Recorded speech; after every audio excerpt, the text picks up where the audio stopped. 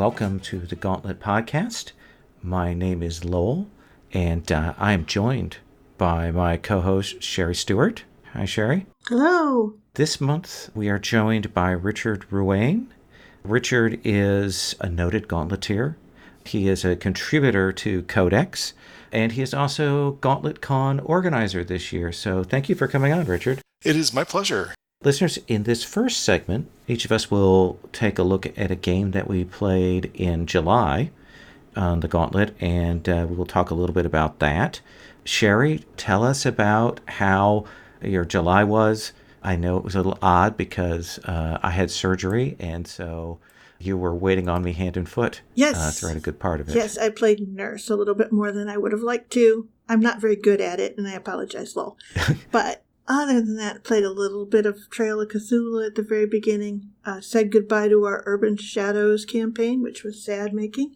Played a session of Action Cards, which is our homebrew Fate variant.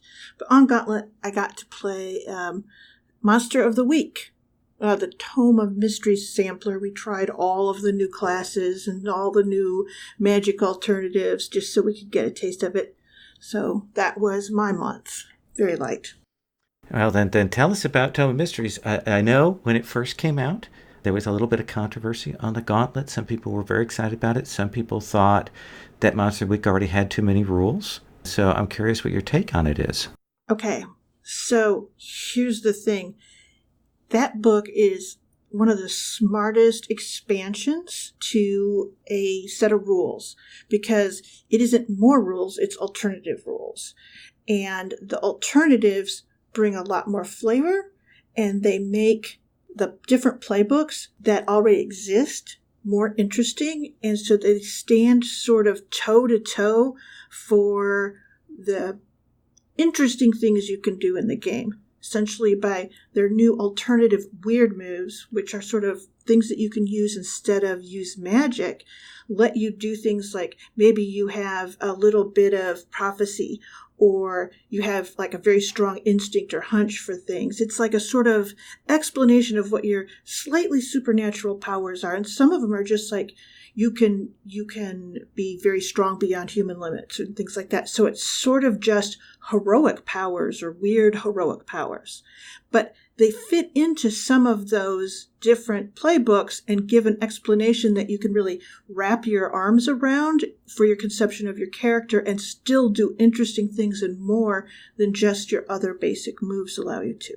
So it ends up kind of making everyone fabulous, and I never have a problem with that, ever. But the other thing is it's got this little section in there with advice.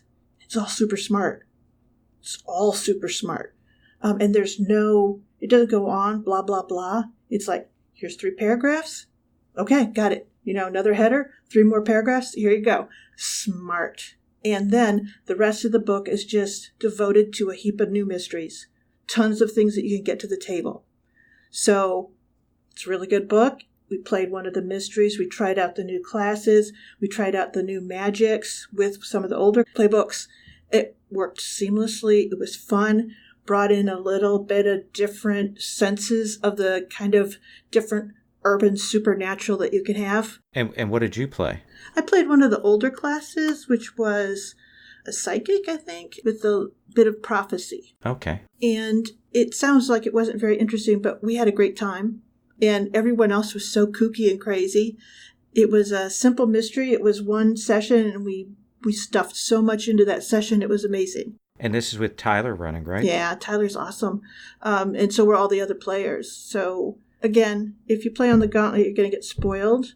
And I think that's the best thing you can do for yourself. So tell us about the new playbooks. Okay, so the first one is the Gumshoe. And I think that what it does is it goes, okay, so here's the idea of the lone investigator who's out there to solve a mystery. He's very investigation oriented, but then since he can use some of these new weird moves, he's got he can take hunches and things like that sort of put him on the right track. Or he could take something very strange, even more odd, like a tie to the divine or something like that to augment his stuff. But our Gumshoe played, he just had strong hunches so that he could sort of point himself in the right direction. He was a private investigator, and it just felt right. It fit it in. It did carve out a different spot because it's very much that whole idea of, sometimes why is everyone investigating? Well, the Gumshoe's doing it because that's what he does. He's an investigator. Maybe he has a case and that's why he's there, but he is inherently just there to investigate.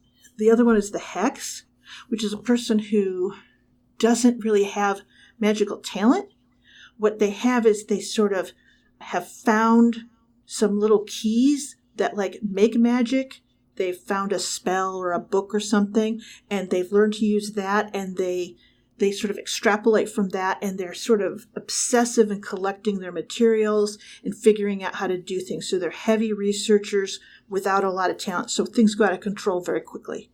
And when they do, they hit everyone around them. So it's a sort of dangerous, wacky, low talent, high risk magic user. The other one is the pararomantic. So this is a character who is a human that has a very strong relationship with something that's paranormal. So it's either, a ghost or something divine, or in our case, it was a goddess who had been so weakened she'd become sort of a mermaid. Oh. And just, and so it was a very interesting, it's sort of very Neil Gaiman, kind of, Okay. story element to the thing that added in the background. And the other was the Searcher. So this is like someone who's into conspiracy theories or things or stories about the supernatural and is out there looking for it. So it's, essentially your supernatural investigators and your conspiracy theorists and things like that. They have weird science is one of them, so that was a natural mix with that for our group. It was very fun. Again, another person who wanted to know the answers. Okay. What I really dug about it was just how easily the new weird moves made it for all the playbooks to bring flavor to the way that they did things. Typically in that game, you'll have the wizards, and they can do all this cool stuff, and everyone else is just hitting things or doing their investigations and stuff. So everyone has some weird and an explanation. It comes with an explanation for those things. Okay. So it's easy to get a hold of. And I really liked how the playbooks each kind of leaned into different corners of the ideas of urban supernatural. It widened the scope, and it gave more niches to fit yourself into. With the combination of the new weird moves, the new playbooks, and the old playbooks, you have a lot more options. I didn't feel like there were more rules. Okay. I just felt that there were alternative rules that you could fit in its place. Richard, thoughts, questions that you might have? Yeah, I actually had the big privilege and chance to play this, here in New York with some people like Brennan Taylor and Sharon Biswas, who I think a lot of people on the Gauntlet know. We just did a one-shot, and I got to play the Pararomantic, which was a lot of fun. It was a little hard to bring in some of those playbook moves, though. I wonder, did you all feel like the Pararomantic worked well for a one-shot or short series for you guys? We did a lot of thematic things. The group themselves sort of built in that there was a reason that they were there and that pathos into it, that what it implied, but we didn't actually get to bring that into the story. We all kind of came out of it going, well, we need some more sessions. Yeah. And that's always a good thing when that's your reaction to it is, I need to play this some more. I got to play I got to use the alternative telekinesis instead of use magic. Move, and that was just a blast, is having a ghost lover that was essentially just sort of empowering me to move things around and sort of becoming my own sort of weird poltergeist. So that was just absolutely a blast. So I'm really glad you picked this one, because I think it goes with what I'll be talking about with Dark Streets and Darker Secrets. So I was wondering how the Pararomantic Hex, both Sharang and I were looking at that going those are so hard to bring in every session, and it's really good to see them sort of take on that challenge of running a longer campaign where the whole thing does not have to be there every session. Exactly.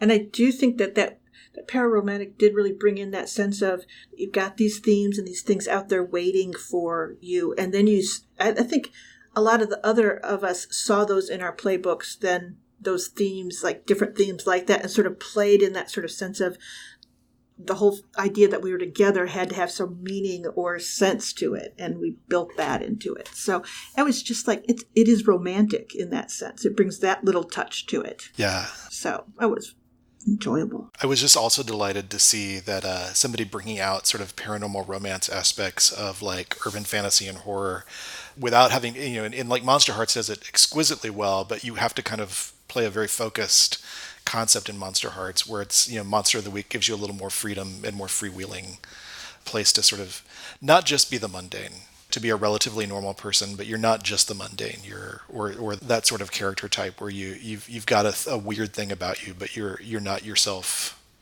particularly powerful necessarily. Mm-hmm. Or all that weird. Yeah. But yeah. a little weird. Yeah. And you all get to do something interesting. So, yeah, and I kind of always found Monster of the Week interesting because it's not exactly a genre, but everyone understands it. But there are certain like sort of playthings that would happen if you had a wizard, the wizard was doing all kinds of cool stuff and everyone else, hitting things with bats. And so this kind of evens things out. Everyone can have their, $7 million man moments where they're going in slow motion and super powered for that scene or two, and it'll fit in. It was very satisfying. I think it added a lot to the game with very little extra overhead. Okay, so not too much of a footprint. Nope, I don't think so at all. It's just switch one rule, move for another one. It's pretty much what it comes down to. As we usually do, anything that you're less sure about or less in tune with? Okay, so the vast majority of the book are all these mysteries that you could do, and it really annoyed the heck out of me because if I flipped the book open to the wrong part, I might see something that would show up in a session later and it would ruin the mystery for me. So I had to very carefully keep the back of the book clutched closed so that I didn't ruin whatever was going to be run. And that is a joke to some extent, but there's also a part that I feel like if only they could deliver that to the GM secretly somehow. I think in this digital age, we could do that more easily.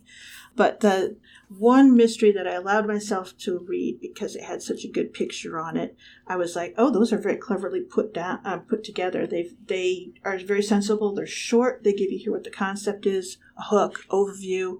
There's sort of a countdown of the events that are going to occur. And then like the personalities that are involved. It's like just what you need, no more. And if you want to deviate, you can see lots of places where you could, and you have a structure to go through. So again, I say I'm less sure about it, but it's just more that if a player has the book, they might ruin a mystery for themselves if the GM is playing one of those. But I don't even know if I'm less sure about it. I'm just saying, you could ruin your game for yourself. The mysteries in there definitely feel like they've tightened them from the core book. Like the core books sprawl a little bit more, I think, than the ones they present there. Yeah, I didn't feel like there's any sprawl in the book. It was highly readable. Everything that was there had a purpose. It's probably one of the most sharply edited books I've ever read. I have one question. All right. You have, historically, not cared for Monster of the Week. Yeah, it's a little loosey-goosey. Okay. Does this material, does it make you rethink that? Okay. Yes, because all of it brings a theme, and they're themes that bind the players together. So it's that whole thing of just these new weird moves. Everyone has a thing. And it becomes a little bit more marvelous and a little bit more, you got to do some storytelling to sew everyone together. And then once you do, it just rolls out so more naturally, I think. Okay. So any other last thoughts? I think I've last thoughted us all out. Okay, fair enough. Richard, I'm looking at your list of games for July here on the show notes, and I am very excited. So tell us how your July was. So my July began with DexCon, which is a fairly sizable convention that we have every summer here in the Northeast over the weekend following the 4th of July or sometimes on 4th of July weekend. It is a great time to see lots of people that I just love to game with, including people who are known to the Gauntleteers, former guests here like Kat Raman, and Shane Liebling and lots of other people. This year, I actually got to play Hearts of Wulin. I finally got to play, and everyone has told me about it. I think Jim Crocker posted the relationship map, the faction relationship map from our character creation session after our very first of a two-part series. And it was just blow you away awesome. And just the principles work so well. It's just the moves work so well. It was just so much fun. Good. I'm glad to hear you enjoyed Yeah. it. Also got to play Yellow King RPG, which was the simplified gumshoe system that I've been kind of waiting for a long time. For the Queen, which was as brilliant as Tomes and everybody else have told me it is. I got to run Dark Designs and Verdigris, which is my game from Codex Emerald. And also Dark Streets and Darker Secrets, I'll talk about more below. And then finally got to play Hollow Earth Expeditions with Angela Kraft, who is a big local cheerleader for that game. And that was just a lot of fun. A lot of that sort of like half traditional, half indie space. Just really kind of opened up a lot of fun, a lot of freeform decision making, a lot of options, and just exactly what it sounds like. It's a pulp adventure game set in the 30s, and you're going to discover the Hollow Earth and try to get out. So that was a blast. Other than that, I got to play Into the World, which a big shout out to my friend Sylviana. Realized that the one thing that makes Into the World less fun is that, after you start playing yourself, you do kind of a 360 review, and everybody votes to see whether you've already sort of like created your character of yourself correctly. And she determined very early on that was a bad decision. It made the whole playing yourself character creation aspect feel like an employee review. Yeah. And got rid of that. Played some D&D 5th edition as ever, and then got to play Into the Odd, Dream Apart for the first time, which I had not gotten to play before. Got to run Dark Designs and Verdigris for some friends here in New York, and then I've been playtesting a project with my friend Justin Collar at Sweater Punk Studios. So, and then on the Gauntlet, I got to run Dark Streets and Darker Secrets with some incredible players. So that was and that's the one I'm going to talk about. Give us the rundown on what this is for those who might not have already seen it. So this is a kind of an OSR style game. It's got a lot of OSR roots. It's got a lot of resemblance to White Hack, which is kind of one of those neo OSR, really simple systems games that has a lot of space for GMs to make a lot of decisions. And so it really sort of relies on a lot of trust between GMs and players to really make it work.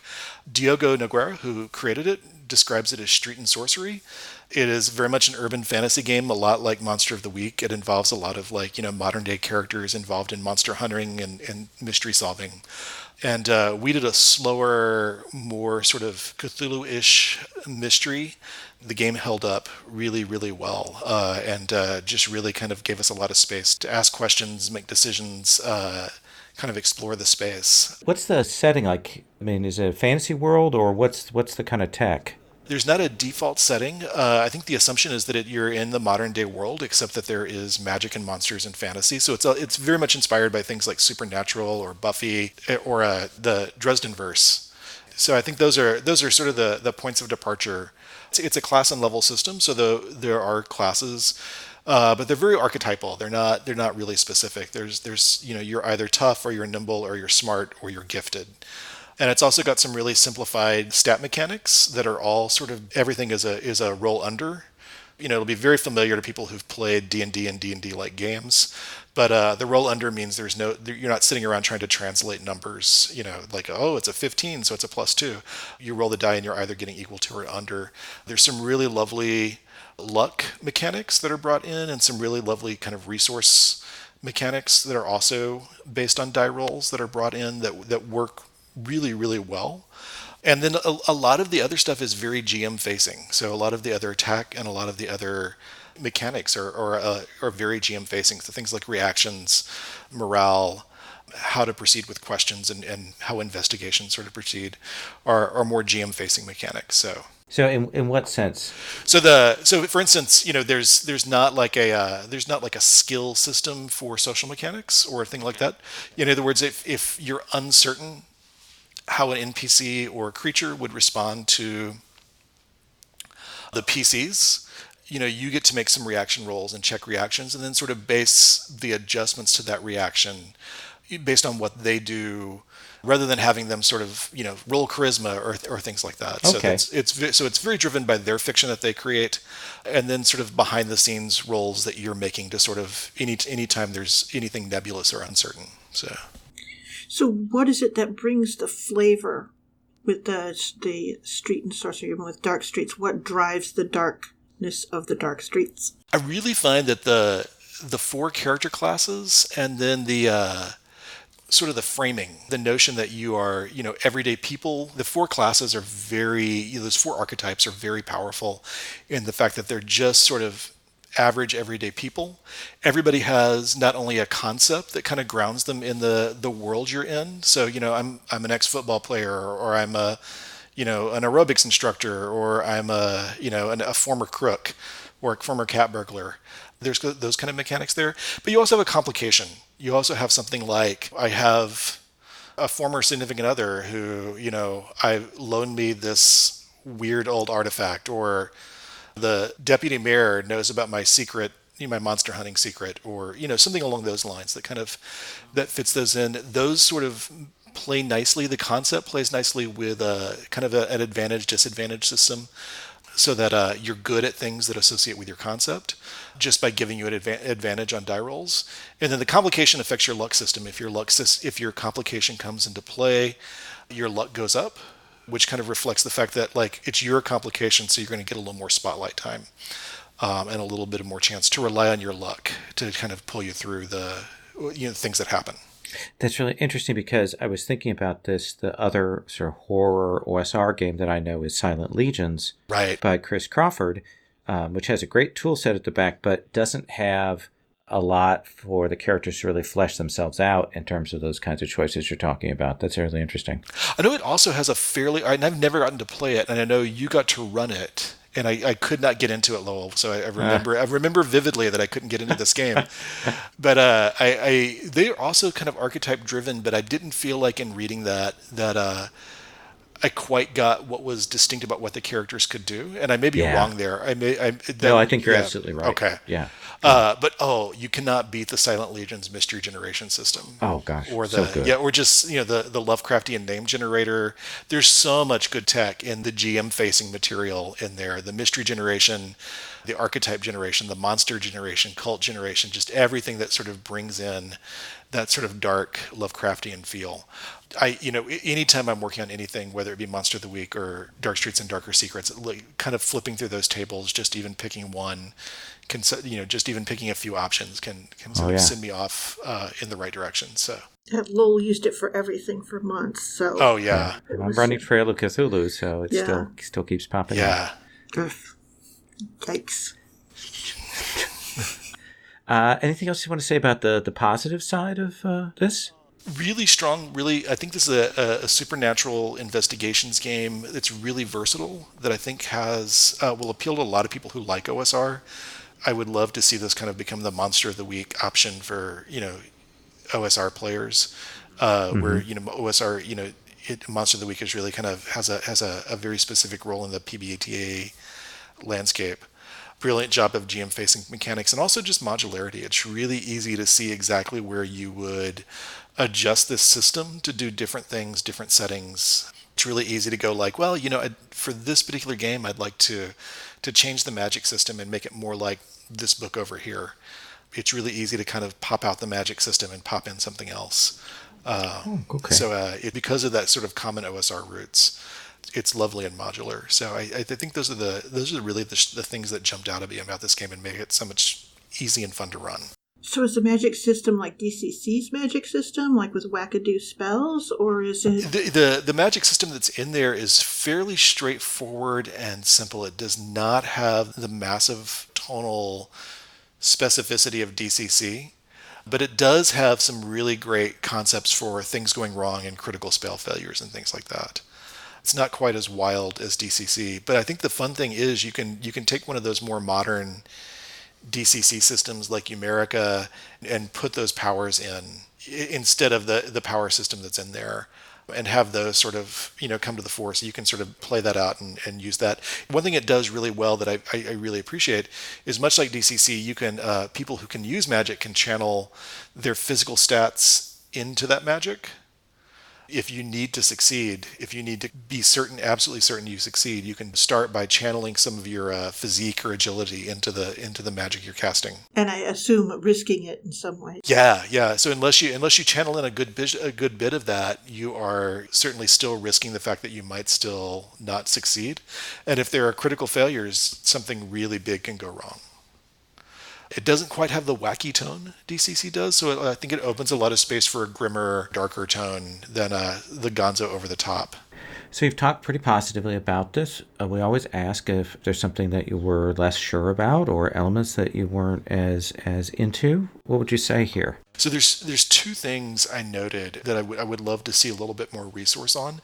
Like I noted, the social mechanics are all GM facing, so they're all things the GM does. I'd like a little more guidance in the book about how to navigate social situations. I don't necessarily want to. For one thing, that Diogo did is in simplifying the attributes that each character has, took out charisma or something that sounded like charisma. So there's really not a player facing thing that can really sort of affect social situations mechanically. So some guidance for GMs about like how to navigate those situations. We had a really great time doing it with the Gauntlet players. It's really easy to sort of, when you have great players and you're fairly comfortable as a GM working with the players and with the rules, to navigate those situations. But something that sort of helps GMs kind of master those basic skills of like, how do you handle this social situation? Just because the genre, horror, urban fantasy, paranormal romance, all those sort of related things that I think this game taps into. Social situations and talking to monsters is as important as fighting them. So a little more guidance there. And then I think the luck mechanics are a really great idea. There's a really kind of unique sort of approach to resource die, which have been really big in OSR games recently. That is also kind of how your luck works, but a little more guidance on how you might use luck would be helpful. We've kind of come up with some homebrew rules, and kind of feeling our way around using that. I've sometimes let them use it to, you can test your luck to see if you can adjust the physical number on a die roll. Things like that in there that just kind of, allow people to press their luck. Just some ideas that I think we can play with, because luck is like a fun mechanic and people really want to use it, but then they can quickly run out as a resource. It's not quite the fatalistic thing that luck is in Monster of the Week, and I love the Monster of the Week mechanic, but I do love the fact that this is a little more freewheeling and a little more unpredictable. So, final thoughts about this? Really think this is a huge contribution to just doing urban fantasy in OSR settings. I know that Silent Legions by Kevin Crawford was already out, and that has a very specific sort of Call of Cthulhu style mystery with a big focus on classic Call of Cthulhu style settings. And I just think it's nice to have a lighter, smaller, more flexible system also out there. And certainly the two aspects of the two really work together well. It's really nice to see like this game opening up a lot of things for all the things that fit under urban fantasy, whether it be horror, monster fighting, stuff like Buffy, paranormal romance, all that kind of stuff can really come in and I think kind of fit nicely into this game, depending on the GM and the group. Awesome. Yeah, that certainly we haven't seen so much in that space. That's great. My July was, as I suggested at the start of the episode, a little light. Off Gauntlet, at the start of the month, we kind of did Trail of Cthulhu, the Urban Shadows game, 13th Age, and at Gen Con just this last week, I did Passiones and Masks. And then on Gauntlet, I only did two things, and one of them was Trophy, which was kind of amazing. We've talked about that a lot on the show, and I hadn't played it before, and it kind of lived up to the hype. And so that was really striking. But then I also played Tides of Gold, which I want to talk about a little bit. Even though I've also written about it on the blog, I'm really struck by it, and just want to say a few more things about what this game is. I should start by saying that I'm one of the people who likes Blades in the Dark, likes Forge in the Dark games. I know we've had an interesting set of discussions. There are a lot of people who really dig it, some people that don't, some people don't like the setting, but I like the basic system. So I'm coming to this game with that. And this is a Forge in the Dark game of nautical adventure. It is not historical. Instead, it's kind of got this slightly oddly positioned fantasy seafaring idea where there's a big ocean and these different continents in the different cardinal directions, and it was in a sort of Iron Age society, and then these invaders came in with Renaissance era technology, only by unifying the nations where they fought off, and then the people who lived here picked up that tech. And now they've got this stuff. There's actually a lot of history in the game. You can play as pirates, you can play as privateers, you can play as pirate hunters. So a really classic set of ideas there. But it's also a game that takes that Forged in the Dark one die resolution set system and puts that aside and instead opts for Powered by the Apocalypse resolution. So anytime there's a resolution check, we're going for a 2d6 and we're getting either a miss, a mixed success, or a full success in that 10, 7 to 9, 6 or less thing. So it's an interesting choice. And I'll come back to that mechanic in a second. I do want to say what I really liked. A lot of really cool playbooks. The first version that I had that I got a few months ago had just 5 of them, but the designer, Cass Rayfield, has added to that. The document that's out there right now is an ongoing, growing beta, and actually it's a pretty huge document, broken into several parts with the rules, the history, and lots of things there. And we've got the captain, we've got a character who's a collector, we've got the navigator character, we've got scoundrels, we've got the old timer. There are a lot of really cool playbooks there. I like those. I dig that.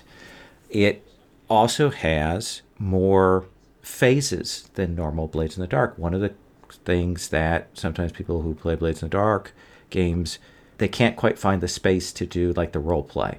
Like we need to get it. We've got some defined areas, some defined sections that don't quite give us the space.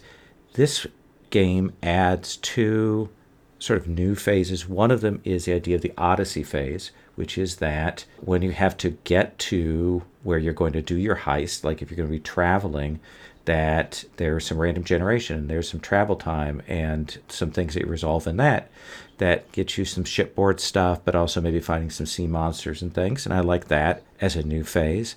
I like that if you're at sea, when you really ought to be doing downtime, that tension kind of builds up back on shore. And when you go to shore, bad things will happen. This is a cool element.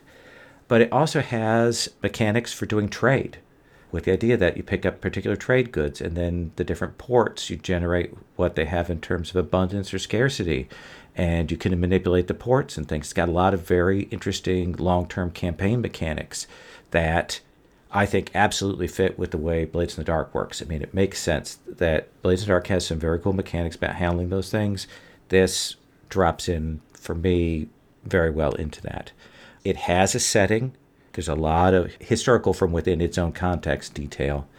But at the same time, looking at it, I don't think it would be that hard to put your own history in, to spend some time doing that. Or let's say you wanted to play 7th Sea, to bring those historical elements in it. So I think it's lovely and open. And I do still want to see more of the history. There's some questions I have about how the Iron Age society and the Renaissance society work together. So that's one of my sort of less sure about things.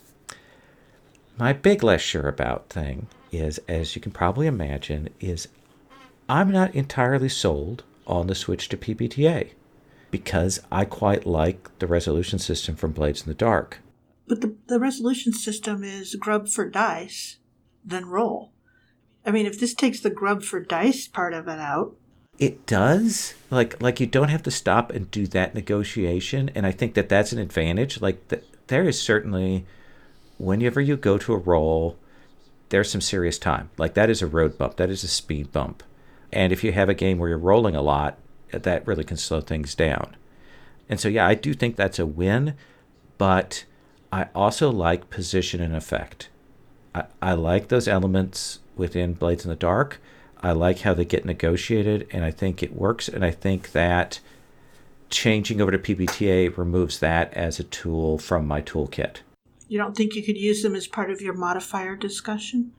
I don't know. Yeah, I'm uncertain. Like, I wonder if it's just that I'm like, well, that's not how Blades in the Dark is played. And I might be doing that rather than actually having a... Are you that GM? I don't know. Okay. I might be. Because here's the thing is, a couple of people at the table played were like, nope, this is better. They were like, bottom line, that having the PBTA resolution they found easier. They liked it better. So I don't know. I really want to see this in the long term. I want to see where this game goes. I want to see what she does with it. And I am of two minds about it. I think that's fair to say. By the way, at home, Sherri is smiling and laughing at me slightly as I'm saying this. This is a game that's available on DriveThruRPG, but it's also available on itch.io, which I think the writer gets more cut at that point. And she's consistently revising new versions coming out. And the version that's out right now is super playable. Excellent. Do you think you are going to try to do 7th Sea with the mechanics? It may be what I do. I've had my battles with the 7th Sea resolution system. I would like to do it. We've got a number of people in the Gauntlet that really like pirates and sea and historical things. So this may be the way to do that. Yeah, I think that always the sort of sets and phases of a Forged in the Dark game mean that you're going to get those sessions where you do get to go through all those things and you know what's coming and you have a mission and you do the missions and you don't go off on a trek to make one of your characters a king or something. Instead, you're pirates the whole time. And I think that there's a lot to say for that. And it would actually help a lot with 7th Sea in some ways, which is super free form. Yes. Let's go ahead and move to our second segment. Hello, listeners. This coming October, the Gauntlet will once again be putting on Gauntlet Con, our online gaming convention. Gauntlet Con will include guests, panels, a dedicated Discord server for mustering, and lots of RPG sessions. Many will be streamed and recorded. Gauntlet Con runs October 24th through 27th with events throughout those days to cover many time zones.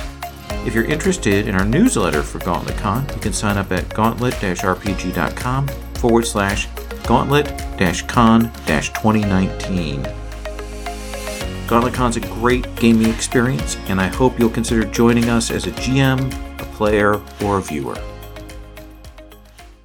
In our second segment, we have our guest talk about projects or things that they are working on or interested in. Well, I mentioned Gauntlet Con at the start, so Richard's going to talk a little bit about that. But what do you want to talk about today? So I mentioned earlier in my going over games I played in July that I got to run Dark Designs in Verdigris a couple of times during July. That is my game that came out in Codex Emerald. And so I spent an early portion of July kind of working frantically on Electric Daylight, which is a supplement for Dark Designs in Verdigris. And it will be coming out in Codex Childhood. I'm really, really excited to bring that out. Oh, wow. That has a lot of people were really excited on the Phanphasms, which I brought from L. Frank Baum. Dark Designs in Verdigris is a game about post-apocalyptic Oz. And brought in the Phanphasms from the Emerald City of Oz by Baum, and it's something that people were pretty excited about and mentioned when they read it. And they are animal-headed humanoid creatures who, ever since the events of Emerald City of Oz, have wandered amnesiacally underneath in caverns underneath the Emerald City, and it was really fun to kind of create those as a PC option for this. And then there's a nice section on Huber's Books, which was created for my very first multi-session run of Dark Designs on the Gauntlet, and I was really glad to sort of be able to document that and bring it out. Also been working on Moonlight on Roseville Beach, which is a setting for Dark Streets and Darker Secrets. Dark Streets and Darker Secrets calls itself Streets and Sorcery. I call this Boardwalks and Sorcery. It is occult investigations and monster hunting in a gay beach community in the 70s. Oh, that's great. So Diogo's been really, a really supportive person. He and Gallant Knight Games, who have been publishing the game in the U.S., have a great open license that they've worked on. So that's allowed a lot of creativity and a lot of stuff to open up and come out for the game. And I'm hoping to see more people use that license because it's really fun to get to play in world creation without having to necessarily build a system. Or mystery creation, just even keeping it fairly small and open-ended. But I do really want to talk about Gauntlet Con because that is what I am spending most of my August working on, and I am really, really excited. We have about 20 guests, which we'll be announcing in September, October, who they are. And we are currently in the process of finishing up guest recruitment and recruiting volunteer GMs and panelists and help desk members. And if you follow me on Twitter or you follow the Gauntlet on Twitter, you've probably seen numerous notifications. We are hunting, and we are still even now recruiting volunteers, and just looking at the volunteer proposals and the volunteer suggestions has been really, really fun to think people want to bring to Gauntlet Con this year. So Yeah, you did some legwork on this ahead of time, really going and talking to the community about what kinds of things people wanted to see in an online convention. yeah, we had a great time getting to talk. We did this year we sort of did a need survey, not a need survey, but just an interest survey to see what people really wanted. We had a lot of people participating from outside the Gauntlet for the first time. World Anvil, which just congratulations, won a huge Ennie this year for That's right. the first Yeah. online tool, has been working with us. They're going to do some workshops about World Anvil during Gauntlet Con. I had a chance to kind of meet with them via Zoom and sort of figure out how they would like to be involved. And they promoted the interest survey really early. And so we got a ton of people coming to us who had never heard of the Gauntlet before and were kind of new to understanding any indie games and small press games, and had a lot of energy from there. We had a lot of energy just from people who are new to the community, and heard from new Patreons, people who've never gotten to go to Gauntlet Con before. And I should say, Gauntlet Con is an entirely online convention. This year it will run from Thursday, October 24th, through Sunday, October 27th. And across lots of time zones. We have a giant spreadsheet showing what all of our game slots will be in each of our time zones. We have about 10 cities across the world listed so that we can see when a game is going to start in Manila, or when a game is going to start in Tokyo, or in London, Berlin, New York, Houston, all those places that we have lots and lots of Gauntlet members and gamers. So Excellent. Is it going to be a 24-hour schedule? we have 5 slots a day. So we have 3 where our hope is that for almost any time zone, we're going to have 3 slots that fit into sort of normal play times for any time zone. We're hoping to keep the help desk open 24 hours, but we also scheduled a lot of breaks into the schedule this year. We experimented last year with just kind of always having programming going on, and we found that people who were new to conventions burned out pretty quickly, because they just are not used to the whole like convention mindset of like, managing your time and scheduling in meal breaks. And they had a lot of FOMO just looking at the schedule. I want to do that. I want to do that. I want to do that. So this year we built in some either 30-minute or hour breaks between each scheduled time slot. It also helps the help desk. It helps organizers find those breaks. People check in with each other. They get to talk about what they experienced in their last game. They get to get up and get some food. All those things that, even in an on-ground convention, you sometimes forget to do. And just chat with each other and talk. So we built in the breaks this year, really hoping that will help people sort of manage sort of like their tendency to oversubscribe or overbook themselves during convention. So, but we are hoping that we'll have about 5 4-hour slots across time zones going on each day of the convention. Of course, there'll be, 2 or 3 on Thursday, and then just 3 on Sunday. If people are interested in this, I know this episode is going to go up a little bit later than we're recording, but if people are interested, who should they talk to? What should they do? If they are interested, they can reach out to me. I'm pretty available on Twitter or on the Gauntlet Slack or Gauntlet forums. There's places to talk about it. If you'd just like to find out what's going on and stay posted with the mailing list, there is a section of the Gauntlet website where you can just sign up for information about Gauntlet Con, which we'll be sending out as we go and as we make announcements. And I think even after we close down official volunteer recruitment for GMs, we'll still be looking for opportunities to pick up volunteers, especially for on-call GMs. Anytime a GM can't make their game, we'll be looking for people who can fill in for them and pick that up. And also just for general help desk. We have a legendary help desk at Gauntlet Con. They are staffed by the nicest people who have a kind of expansive notion of being helpful to helping you find a game, helping you make sure your technology is working, helping you understand what's going on with playing online, helping you just basically understand Gauntlet culture and supporting the GMs and the players. This year it's being run by the amazing Rob Abrasato. Oh, wow. If you listen to any great gaming podcast, including the Gauntlet, they will talk about their wonderful experiences with Rob Abrasato, because he is a big fan of podcast, a big fan of online gaming, and just the perfect person to run the help desk for Gauntlet Con. So If people are interested in playing, is that going to open in September? When is that going to start? we are planning to open pre-registration in September, and we're working on a firm date right now. We're working out some website logistics. And making sure that the website is ready and up and running. So the first thing that will happen is all the GMs will enter their games onto the website once we get that up and running, and then we will formally announce a date. We'll be opening pre-registration, and it'll be a little later this year, so there'll be a little less of a gap between the time people pre-register and the time people actually get to the convention. But it'll still be in September.